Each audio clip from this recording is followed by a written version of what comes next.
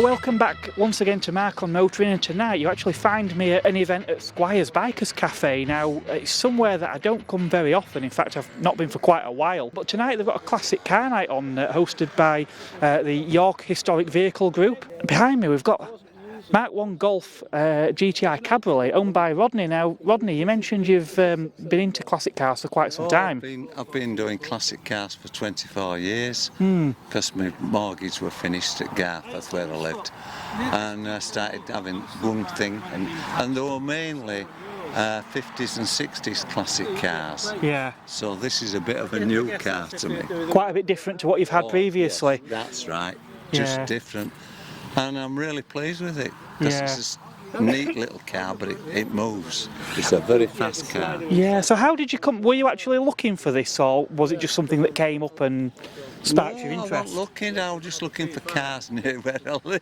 So you were looking for cars in general, but nothing specifically? That's it, because I like them all, you know. I'm not a fanatic, I always have to have same models. I'll have a change. Right. And I just saw it and it said Yorkshire, so I rang him. Yeah. So it was fairly local, so you went over and ended up buying it? Yeah. So obviously this one being a GTI, you said it's got the 1.8 litre engine in it? Yes, 1.8 litre engine. Yeah. And it's very quick. Yeah. Sometimes, I mean, I'm 81, and I'm not used to fast cars. Right. So it's a bit quick for me. Yeah. On motorways, it flies. Yeah. I know you mentioned you've not had the car all that long. Have you? No. Have you had the chance to sort of bring it out and get the roof down on it yet? Oh yeah, we've just put the roof up today with all that rain. Yeah. We've just put it up.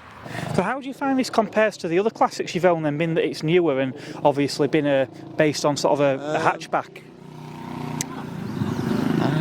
It's hard to describe because all others were 50s and 60s cars, but I like it because it's neat and small. Yeah.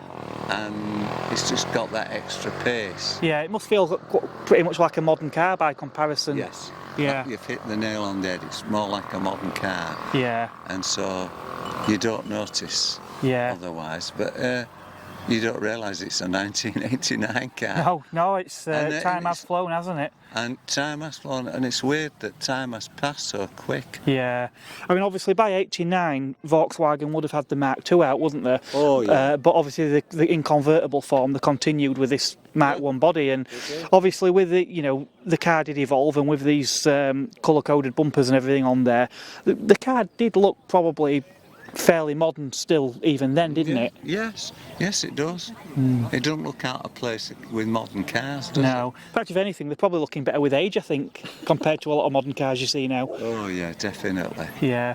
Well, that's fantastic, Rodney. Thanks for having a chat with us, and thanks for bringing this one out. I've certainly not seen very many at these shows yet, but obviously as these cars get older... Yeah. Not seen another. Yeah. Not seen another. But now these are getting older and they are a fully fledged classic, I'm sure we'll be seeing more of them at shows. Yeah. Yeah. You will. Excellent. Thank you very much. You're welcome. Thanks a lot, Mark. Thank you. Now, I'm no stranger to seeing old Fords at classic car shows, but one I've not seen before is this Ford Prefect, which is owned by Philip here. Philip, how did you come to own this car? Well, I searched the internet and I looked for months and months and months. It had to be the right one. I don't know if you know, but the Prefect is a 4-door, the Ford Popular and the Anglia a 2-door. Ah, right. And I actually wanted a 1959, which is the year of my birth, which this one is a 1958, and because I saw it and fell in love with it, it was a long distance relationship. I just saw pictures. Yeah. And it did want a little bit of work, but not a lot. A lot of the work had already been done. Yeah. Certainly looks very tidy anyway. And when I actually went to look at it, to hand my money over, I just fell in love with it straight away. The colour, everything, and there was very little that I needed to do to get it up and running roadworthy. You know, bit of brakes, oil, and the coolant and stuff, and just went through it and tidied it all up. And yeah. Just really impressed with how it was, so yes, I bought it. Yeah. How do you find it drives? Very well. I mean, it's not got cross-ply tyres on, it's got radials, plus the wheels are being banded, so they're a little bit wider. Okay. And with it's obviously the springs and the shock absorbers on the back, and it rides really nice. It's really comfortable. Yeah. And it's got some really springy seats, so yeah, it drives really well. Yeah, I must admit, with old Fords, even your real sort of classic ones, you can still actually get a lot of bits for modified, can't you? I spoke to a chap with an Anglia last year. Yes. And this Anglia were far from standard. It were completely. It would have probably outperformed a lot of modern cars. Yeah. So I take it even with these, there's probably bits available if you do. Oh yeah. Yeah. I mean, this is still running the side valve engine, 3-speed gearbox. Yeah. But you can go to like the Z-Tech engine, which is more modern. Yeah. Or you can go to the cross-flow. Yeah. And then they're putting the back axle out of an Escort or a 105E. Yeah. And there's loads. But once you get into it, and it's like, but I'd rather keep it as modern, as original as possible. and yeah. not modernise it. And just keep it. I mean, it's still got when you get inside, it's still got the 1950s smell to it. Yeah. The majority of the interior is original. The seats have been reupholstered and resprung.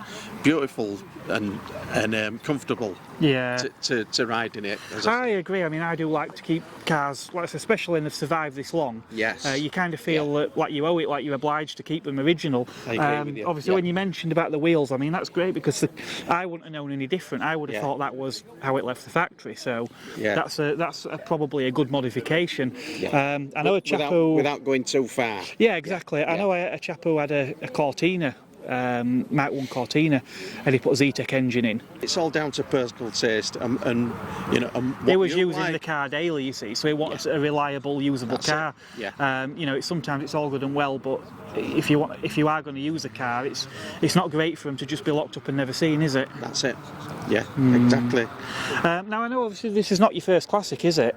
Oh no, I've got a Volkswagen camper van, which is the bay window, and that's a 1972, and I'm only the second owner of that one. Right. Yeah, I know you mentioned off camera you've had that one for quite a while, haven't you? But 22, 23 years. Yeah. And like you were just saying about if you're using something as a daily, now I've been round Europe in mine. Yeah. And the air-cooled engine, it's good, but I kept falling out with them. I was having trouble after trouble, and because I used it and I started going further and further afield, I changed it and went for the Subaru Impreza engine. Yeah. And never looked back. Yeah. Well, like you said earlier, the Porsche engines and now the Subaru engine. It's quite a popular. It makes it a more usable vehicle. Yeah, and exactly. You can set off with confidence, knowing that you've got your modern technology. And I mean, what they used to say about VWs, because predominantly they went slow. They used to say it doesn't matter what time you get there, and it's more about getting there. But the more you use them and the more places you go and the distance you're going, and with modern day traffic, you're better off with something that's going to propel you so you can keep up with modern day traffic. Exactly, yeah. Especially once you get stuff loaded in it, if you do go away as well. And yeah. Anyway, hopefully maybe at some point I'll get to have a chat with you on camera about that one as well. Oh yeah, I'll bring it to a show at some stage. You'll be impressed with it. That's great. Well, I'll look forward to that. Thank you very much. No problem. Cheers. Cheers, Matt.